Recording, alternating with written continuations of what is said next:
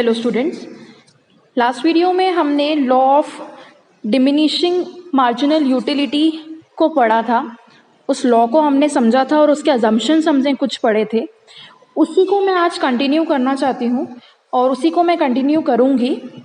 उस लॉ को मैं एक एग्जाम्पल के थ्रू अब आपको समझाऊंगी। अगर आप देखें तो जो लॉ ऑफ मार्जिनल यूटिलिटी था या डिमिनिशिंग मार्जिनल यूटिलिटी जो था, वो एक तरीके से हम उसे मार्जिनल यूटिलिटी के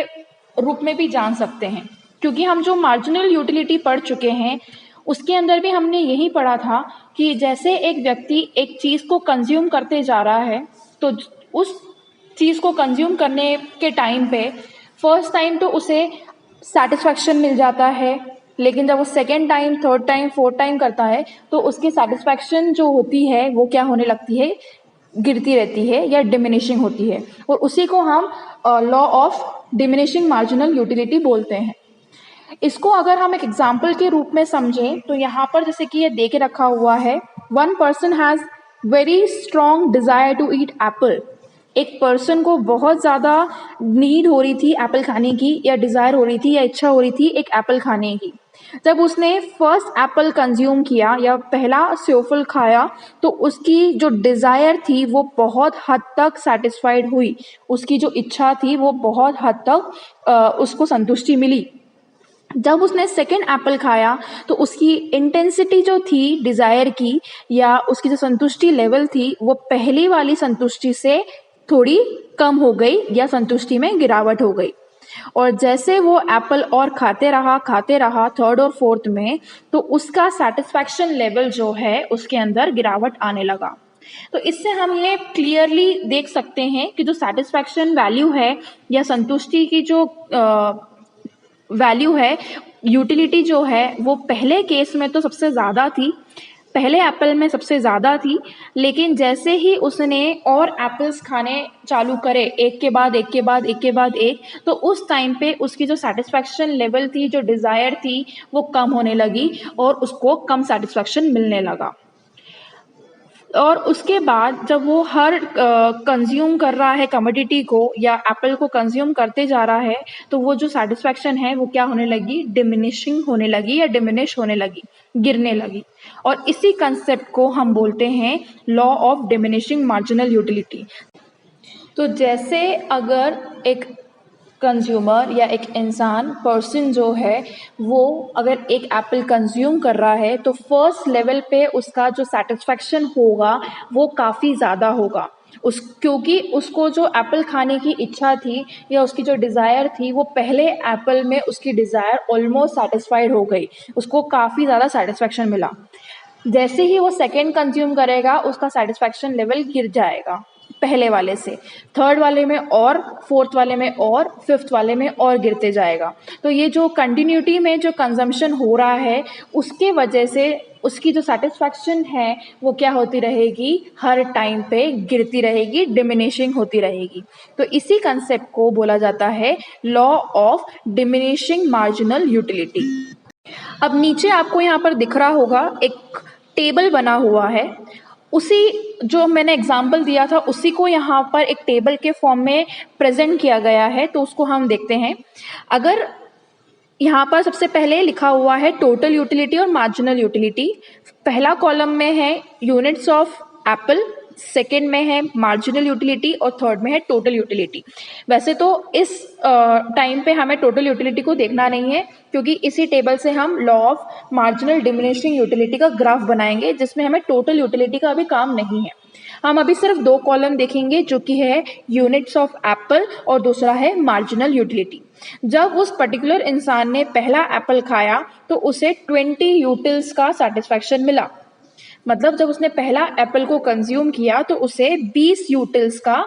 सेटिस्फैक्शन मिला, 20 यूटिल्स का संतुष्टि मिली। जैसे ही उसने फर्स्ट एप्पल खत्म होने के बाद सेकेंड एप्पल खाया तो उसको 15 यूटिल्स का सेटिस्फैक्शन मिला। आप क्लियरली देख सकते हो कि पहले वाले में उसे 20 यूनिट का सेटिस्फैक्शन मिला, लेकिन जैसे ही सेकेंड कंज्यूम किया वैसे ही उसकी सेटिस्फैक्शन क्या हो गई, गिर गई, उसमें गिरावट आया। और कितना आया, 5 पॉइंट का गिरावट आया, 20 से वो 15 यूटिल्स पे आ गया। थर्ड वाले में उसको और कम सेटिस्फैक्शन मिला, थर्ड वाले में सिर्फ 10 यूटिल्स का सेटिस्फैक्शन मिला, और फोर्थ में 5 का, फिफ्थ में एकदम नील सेटिस्फैक्शन, क्योंकि वो उस टाइम पे उसको कुछ खाने की इच्छा नहीं थी, वो एप्पल खा खा के थक गया था, उससे वो पूरा तरीके से संतुष्ट हो गया था, उसको और कुछ खाने की इच्छा नहीं थी, इसलिए जो उसका सेटिस्फैक्शन था वो क्या हो गया था, 0 हो गया था। इसके बाद अगर उसने एक और कंज्यूम किया 6th एप्पल, तो उस टाइम पे उसका सेटिस्फैक्शन कैसा हो गया, नेगेटिव में आ गया, या तो वो उस एप्पल को वॉमिट कर देगा या उससे पेट खराब हो जाएगा, तो इसलिए उसकी जो यूटिलिटी होगी वो क्या हो जाएगी, नेगेटिव में आ जाएगी। तो इस तरीके से हम समझ सकते हैं कि जैसे जैसे एक इंसान कुछ चीज़ कंज्यूम करते जाता है कंटिन्यूस बेसिस पे, तो उस टाइम पे इस लॉ के अकॉर्डिंग बोला गया है कि जैसे एक इंसान अपनी चीज़ों को कंज्यूम करते जाएगा कंटिन्यूस बेसिस पे, तो उस टाइम पे उसकी जो यूटिलिटी है, सेटिस्फैक्शन जो है वो क्या होती रहेगी, डिमिनिशिंग होती रहेगी, वो गिरती रहेगी। तो जो पीछे टेबल था, आप एक काम करिएगा, उस टेबल को आप अपने कॉपी में उसको नोट डाउन करके रखिएगा, क्योंकि उसी टेबल के मदद से अब हम ये ग्राफ बनाएंगे। जो लॉ है उसका हम अब ग्राफ प्रेजेंटेशन देखेंगे कि कैसे उस लॉ को हम ग्राफली या ग्राफ के अकॉर्डिंग प्रेजेंट कर सकते हैं। तो आप ये देख सकते हैं, ये जो ग्राफ बना हुआ है उसमें 2 एक्सिस है बेसिकली। जो आपका पहला वाला एक्सिस जा रहा है सी वाला, जिसे हम वाई एक्सिस भी बोल सकते हैं, और एक बी वाला है जिसे हम क्या बोलेंगे, एक्स एक्सिस। यहाँ पर जो एक्स एक्सिस है उसमें यूनिट्स ऑफ एप्पल लिखे हुए हैं, मतलब उस पर्टिकुलर इंसान ने कितने एप्पल कंज्यूम किए थे वो लिखे हुए हैं, जो कि है 1 से लेकर 6 तक। और आपका जो वाई एक्सिस है उसमें हमने यूटिलिटी लिखी हुई है, जो कि मार्जिनल यूटिलिटी है, उस एप्पल कंज्यूम करने के बाद उसको कितनी यूटिलिटी मिल रही है, कितनी मार्जिनल यूटिलिटी मिल रही है, वो हम वाई एक्सिस पे प्लॉट करेंगे। तो जब वो पर्टिकुलर इंसान ने पहला एप्पल खाया तो उसे 20 यूटिल्स का सेटिस्फैक्शन मिला, तो हम क्या करेंगे, ये फर्स्ट पॉइंट जो आपका एक्स एक्सिस में है वहाँ से लेकर 20 तक एक बार बना देंगे। सेकेंड एप्पल जब खाया तो उसको 15 का मिला, तो सेकेंड से लेकर वाई जो एक्स एक्सिस में है उससे, उस पॉइंट से हम वाई एक्सिस में 15 वाला जो नंबर है वहाँ पर एक ग्राफ बार बना देंगे। वैसे ही थर्ड पे, फोर्थ पे, फिफ्थ में और सिक्स्थ में बनाएंगे। तो आप देखें कि पहले वाले एप्पल में 20 यूटिल्स का सेटिस्फैक्शन मिला, सेकेंड में 15 का, थर्ड में 10 का, फोर्थ में 5 का, और जब फिफ्थ यूनिट उसने कंज्यूम करा एप्पल का तो उसे नील सेटिस्फैक्शन मिला, इसलिए फिफ्थ यूनिट में कोई भी बार नहीं बना है, कोई भी हमने उसका एक बार डायग्राम नहीं बनाया है, क्योंकि वहाँ पर उसको 0 सेटिस्फैक्शन मिला, तो वहाँ पर हम बार नहीं बना सकते, इसलिए वो पॉइंट आपके एक्स एक्सिस पे ही पॉइंट मार्क किया जाएगा। जैसे ही उसने 6th वाला कंज्यूम किया तो उसे नेगेटिव सेटिस्फैक्शन मिला, या तो उसने एप्पल वॉमिट कर दिया होगा या तो उससे पेट खराब हो गया होगा, तो नेगेटिव सेटिस्फैक्शन मिल रहा है। तो इसलिए 6th वाला जो है उसका जो बार है वो नीचे की तरफ है, नेगेटिव की तरफ है, तो उस टाइम पे उसको नेगेटिव सेटिस्फैक्शन मिल रहा है। अगर आप इस बार को एक लाइन के फॉर्म में ज्वाइन करते जाएं तो एक स्ट्रेट लाइन तो बनेगी, लेकिन वो स्ट्रेट लाइन कैसी होगी, ऊपर से नीचे तक गिरने वाली, मतलब वो लाइन जो है नीचे तक फॉल हो रही है, और क्योंकि वो फॉल हो रही है तो इससे हम ये समझ सकते हैं कि ये जो मार्जिनल यूटिलिटी है वो क्या हो रही है, डिमिनिश हो रही है, इसलिए इस लॉ को हम law of marginal diminishing utility बोलते हैं। अब इस ग्राफ को अगर मैं एक बार और थोड़ा सा लाइन वाइज समझाऊं तो आप ये देख सकते हैं, इस डायग्राम में एक्स एक्सिस है जहां पर ए बी लाइन शो करी हुई है जिसमें हमने यूनिट्स ऑफ एप्पल को लिखा है, वाई एक्सिस में ए सी लाइन है जिसमें हमने यूटिलिटी जो हमें रिसीव हो रही है हर एक एप्पल को कंज्यूम करने के बाद, या सेटिस्फैक्शन जो रिसीव हो रही है हर एक एप्पल को कंज्यूम करने के बाद, वो लिखी है। जैसे जैसे हम जैसे जैसे हम एप्पल कंज्यूम करते जा रहे हैं वैसे वैसे हमारी यूटिलिटी जो है वो क्या होती जा रही है, गिरते जा रही है। यूटिलिटी जो है हर एप्पल की हमने कंज्यूम जो कर रहे हैं वो धीरे धीरे क्या हो रही है, डिक्रीज होती जा रही है। फिफ्थ एप्पल पे हमें कोई भी यूटिलिटी नहीं मिल रही है, कोई भी सेटिस्फैक्शन, संतुष्टि नहीं मिल रही है, तो इसलिए जो फिफ्थ एप्पल हमने कंज्यूम किया है उसमें हमें 0 सेटिस्फैक्शन, 0 संतुष्टि मिली है, तो हमने वो फिफ्थ वाला एप्पल जो है वो सिर्फ वाई एक्स एक्सिस में प्लॉट करके रखा हुआ है, उसका कोई भी बार नहीं बनाया है। सिक्स्थ एप्पल पे वो यूटिलिटी नेगेटिव में चली जाती है, इसलिए सेटिस्फैक्शन बार जो है वो ए बी लाइन के नीचे बना हुआ है। ये डिक्रीजिंग यूटिलिटी शो करता है कि जैसे जैसे एक इंसान कुछ कंजम्पशन करते जाता है रेगुलर बेसिस पे, तो उस टाइम पे जो मार्जिनल यूटिलिटी होती है, जो एमयू होता है, या जिसे हम बोल सकते हैं सीमांत उपयोगिता जो होती है, वो क्या होती जाती है, उसमें गिरावट होती जाती है और वो गिरते जाता है। नेक्स्ट टॉपिक है जो कि है exception to the law of diminishing marginal utility.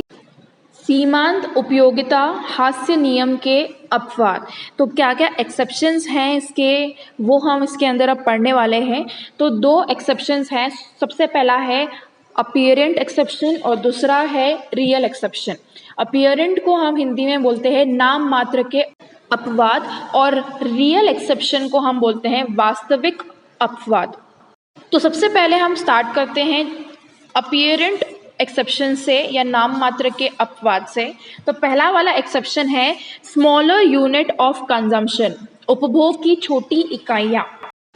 If unit of commodity being consumed is too small for satisfying human want, then this assumption will not operate. अगर एक इंसान ने ऐसी यूनिट ऑफ कमोडिटी को कंज्यूम किया है जिससे satisfaction नहीं मिल रहा है ह्यूमन वांट को, तो उस टाइम पे ये स्मॉलर यूनिट ऑफ कंजम्पशन जो है वो इस लॉ पे एप्लीकेबल नहीं होगा। जैसे कि अगर एग्जाम्पल के रूप में समझें, अगर एक पर्टिकुलर इंसान को एक चाय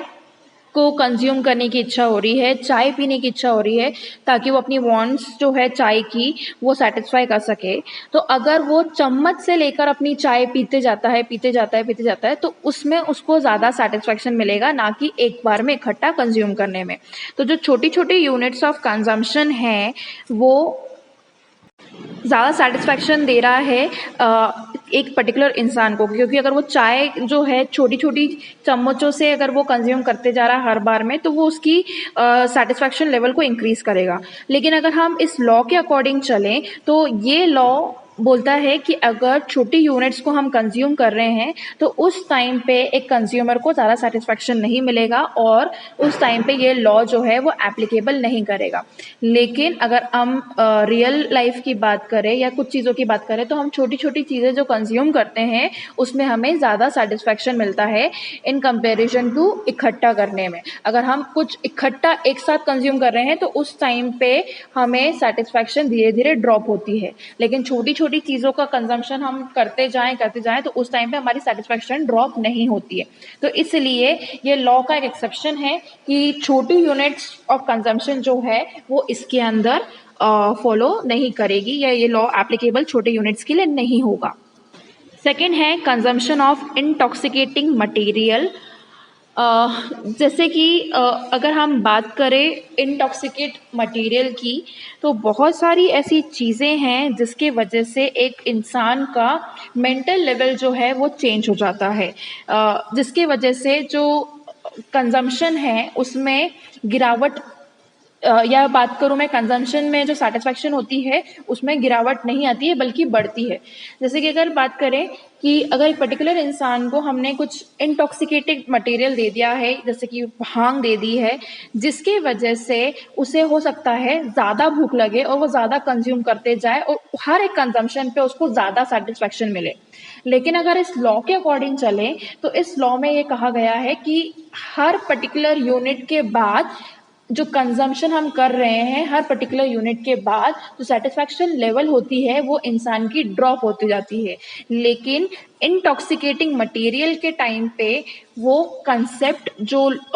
ये लॉ कहता है उस टाइम पे ये एप्लीकेबल नहीं हो पाएगा, क्योंकि अगर हम किसी को इंटॉक्सिकेटिंग मटेरियल गलती से दे रहे हैं या उसने कुछ खा लिया है जिसके वजह से हो सकता है कि उसकी जो सेटिस्फैक्शन लेवल है उसमें गिरावट ना हो पाए, बल्कि उसकी सेटिस्फैक्शन हर यूनिट पे बढ़ती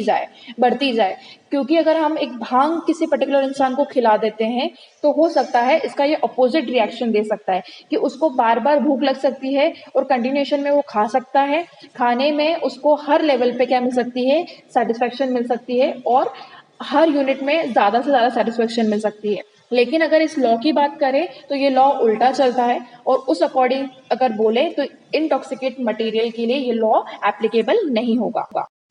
थर्ड है collection of square and antique item, दुर्लभ एवं अद्भुत वस्तुओं का संग्रह।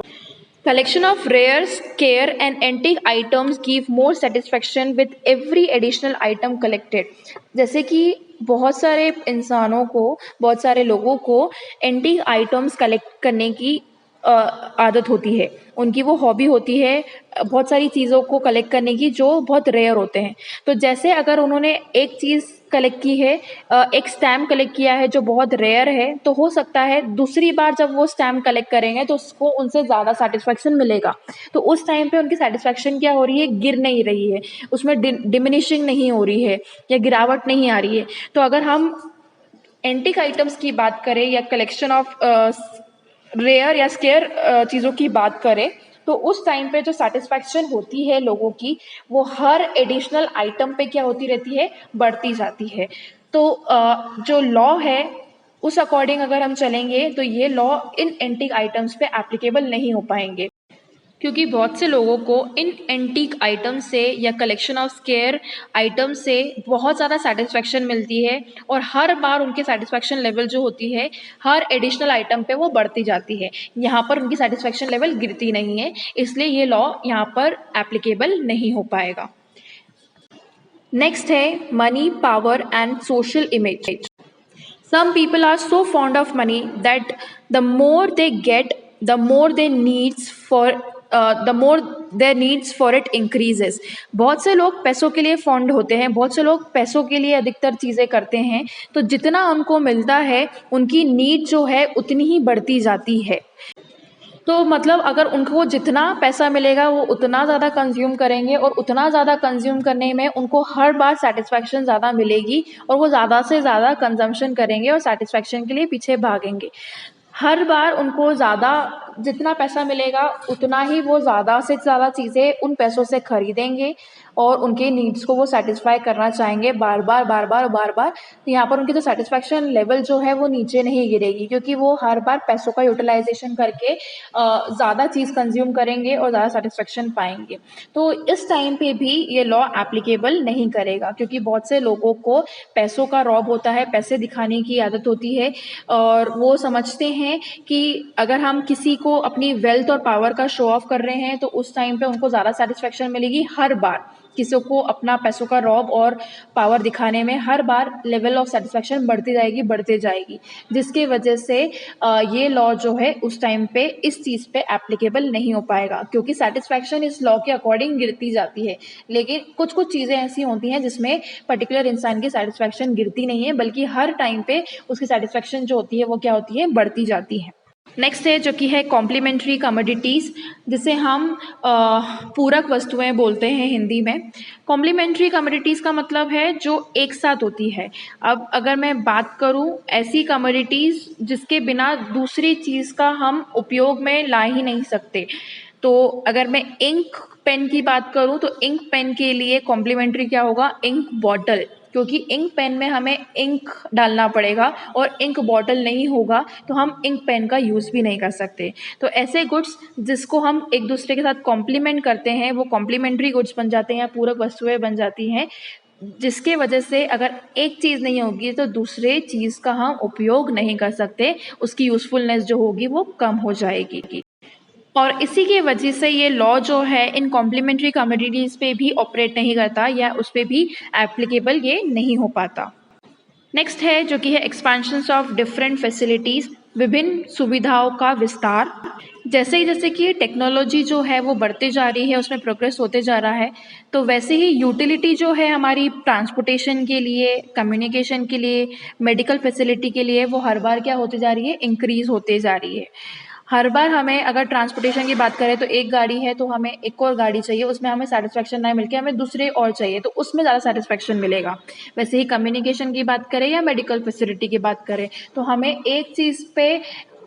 जैसे अगर हम लॉ की बात करें तो उसमें फर्स्ट कंजम्पशन में हमें हाईएस्ट सेटिस्फैक्शन सबसे ज़्यादा मिलता है, और उसके बाद जो सेटिस्फैक्शन होती है वो ड्रॉप होती जाती है या गिरावट आती जाती है हमारे सेटिस्फैक्शन में। लेकिन कुछ कुछ टेक्नोलॉजीज़ के चेंजेस होने के कारण, जो टेक्नोलॉजी अपग्रेड होने के कारण मेडिकल फैसिलिटी है, ट्रांसपोर्ट फैसिलिटी, कम्युनिकेशन फैसिलिटी है, उसमें क्या होती रहती है, यूटिलिटी में इंक्रीमेंट होती है। अगर हमारे पास अभी मेडिकल फैसिलिटी थोड़ी कम है, उसके बाद अगर हमारी मेडिकल फैसिलिटी कुछ अच्छी हो रही है तो हमें सेकेंड बार में क्या होगी, ज़्यादा सेटिस्फैक्शन मिलेगी as compare to first one. तो यहाँ पर हमारी यूटिलिटी डिक्रीज नहीं होगी, बल्कि हो सकता है जब हमें कुछ बेहतर चीज़ें मिलेगी तो हमारी सेटिस्फैक्शन क्या होगी, अच्छी होती जाएगी। तो इसलिए अगर हमारी टेक्नोलॉजी अपग्रेड हो रही है या कुछ डिफरेंट फैसिलिटीज़ में हमारा एक्सपेंशन हो रहा है, अलग अलग वस्तुओं का विस्तार हो रहा है, तो उस टाइम पे भी ये law of diminishing marginal utility जो है वो वर्क नहीं करती। अब सेकेंड अजम्पशन या एक्सेप्शन है रियल एक्सेप्शन, या जिसे हम हिंदी में बोल सकते हैं वास्तविक अपवाद। तो सबसे पहला वाला है melodious song, ghazal and poem, सुमधुर गायन एवं रसीली कविताएं। एक प्रोफेसर थे जो कि उनका नाम था प्रोफेसर टोंगजिंग। उनका कहना था कि जैसे हम अच्छी म्यूज़िक को सुनते रहते हैं, अच्छे सॉन्ग्स को सुनते रहते हैं बार बार बार बार बार बार, तो हमें ज़्यादा सेटिस्फैक्शन मिलती रहती है। तो टोंगजिंग का जो कहना था वो हम रियल अजम्पशंस में देख सकते हैं या रियल एक्सेप्शंस में देख सकते हैं, क्योंकि जैसे हम बार बार कुछ अच्छी म्यूज़िक या ज़्यादा गज़ल सुनते जाते हैं, उतना ही हमारा माइंड जो है वो फ्रेश होते जाता है और उसमें हमें सेटिस्फैक्शन लेवल जो है वो हर बार बढ़ते रहता है। तो अगर हम इस अकॉर्डिंग चलें तो इस टाइम पे भी जो law of marginal diminishing utility है वो इस बेसिस पे भी फॉलो नहीं कर पाएगी, क्योंकि अगर हम सिर्फ सॉन्ग की बात करें, अब यहाँ पर कंजम्पशन जो होता है वो सिर्फ खाने से रिलेटेड नहीं होता है। अब यहाँ पर भी हम गाने सुन रहे हैं तो गाने सुनने से भी हमें सेटिस्फेक्शन मिल रहा है, कुछ खाने से सेटिस्फेक्शन मिलता है, तो कुछ चीज़ें कुछ और करने से भी हमें सेटिस्फेक्शन मिलता है। तो ज़रूरी नहीं है कि हमेशा कंजम्पशन जो हो वो खाने से रिलेटेड हो। यहाँ पर हम गाने सुनने की बात कर रहे हैं, पोएम सुनने की बात कर रहे हैं। तो जैसे जैसे हम कुछ अच्छे गाने सुनते हैं, अच्छी गज़ल सुनते हैं, तो उस टाइम पे हमारी जो माइंड होती है वो काफ़ी रिफ्रेश होती जाती है और उसमें हमारा जो सेटिस्फेक्शन लेवल है वो हर बार हर गाने पे क्या होता है, बढ़ता जाता है, हमारा माइंड और रिफ्रेश होते जाता है। लेकिन अगर हम मार्जिनल यूटिलिटी की बात करें या हम लॉ की बात करें तो उस टाइम पे वो लॉ कहता है कि हर बार सेटिस्फेक्शन जो होती रहती है वो गिरती रहती है, ना कि बढ़ती रहती है। तो रियल एक्सेप्शन की बात करें तो रियल एक्सेप्शन में अगर हम गाने सुन रहे हैं, गज़ल सुन रहे हैं, पोएम सुन रहे हैं, तो उस टाइम पे भी ये लॉ जो है एप्लीकेबल नहीं होगा या ये लॉ को हम फॉलो नहीं कर सकते, क्योंकि उस टाइम एक पर्टिकुलर इंसान को सेटिस्फैक्शन क्या होगी, बढ़ती जाएगी या सेटिस्फैक्शन लेवल में बढ़ोतरी होगी, ना कि गिरावट आएगी। सेकेंड है in initial stage utility increases, उपभोग की प्रारंभिक अवस्था में उपयोगिता बढ़ती रहती है या बढ़ती है। बहुत सारे ऐसे इकोनॉमिस्ट हैं जिनका मानना है कि जैसे हम कुछ चीज़ को कंज्यूम करते जाते हैं या कुछ कमोडिटी को कंज्यूम करते जाते हैं तो हर एडिशनल यूनिट पे हमें शुरुआत में सेटिस्फैक्शन लेवल बढ़ते जाता है। जैसे कि अगर एक पर्टिकुलर इंसान को भूख लगी है और बहुत ज़ोर से भूख लगी है, तो अगर वो एक रोटी का टुकड़ा खाएगा तो पहली रोटी के टुकड़े में उसका थोड़ा ही पेट भरेगा, लेकिन वो जैसे जैसे टुकड़ा रोटी का खाते जाएगा तो उस टाइम पे उसकी लेवल जो है सेटिस्फैक्शन की उस टाइम बढ़ती जाएगी, ना कि गिरावट होगी। तो इसलिए बहुत सारे जो इकोनॉमिस्ट हैं उनका ये कहना था कि जैसे हम कमोडिटी को कंज्यूम करते हैं शुरुआती रूप में, तो उस टाइम पे हर एडिशनल यूनिट पे हमें सेटिस्फैक्शन मिलती है और वो सेटिस्फैक्शन जो है इनिशियल स्टेज पे बढ़ती जाती है। लेकिन अगर हम बात करें law of marginal diminishing utility की या हम उस नियम की बात करें तो उस नियम में बोला गया है कि पहली वाली लेवल पे आपको ज़्यादा सेटिस्फैक्शन मिलता है, दूसरे वाले कंजम्पशन पे आपको क्या होता है, वो उसका कंजम्पशन में सेटिस्फैक्शन जो हो रहा है वो क्या होगा, गिरेगा। मतलब उसमें क्या होगी, सेकेंड टाइम में गिरावट आएगी, इसलिए उसे law of diminishing marginal utility बोलते हैं। लेकिन बहुत सारे टाइम पे हमें इनिशियल स्टेज पे जो यूटिलिटी मिलती है, जो सेटिस्फैक्शन मिलता है, वो क्या होता है, रियल लाइफ में वो सेटिस्फैक्शन बढ़ता है ना कि गिरता है। तो कुछ चीज़ कंज्यूम करने में हमें इनिशियल स्टेज पे, स्टार्टिंग के स्टेज पे, शुरुआती तौर पे सेटिस्फैक्शन या संतुष्टि लेवल जो होगी हमारी वो बढ़ेगी और फिर बाद में गिरेगी। लेकिन लॉ के अकॉर्डिंग चलेंगे तो उस टाइम पे पहले यूनिट में हमें सबसे ज़्यादा सेटिस्फैक्शन या संतुष्टि मिलेगी और दूसरे लेवल, तीसरे लेवल, चौथे लेवल पे वो सेटिस्फैक्शन क्या होती जाएगी, गिरते जाएगी। तो ये इनके कुछ एक्सेप्शंस थे जो रियल लाइफ में भी हम बता सकते हैं कि ये लॉ जो है रियल लाइफ में भी फॉलो नहीं करता है कहीं कहीं चीज़ों पे, और कोई अपीयरेंट एक्सेप्शंस थे जो नाम मात्र के एक्सेप्शंस या अपवाद थे, उसमें भी हम बोल सकते हैं कि यहाँ पर भी ये लॉ जो है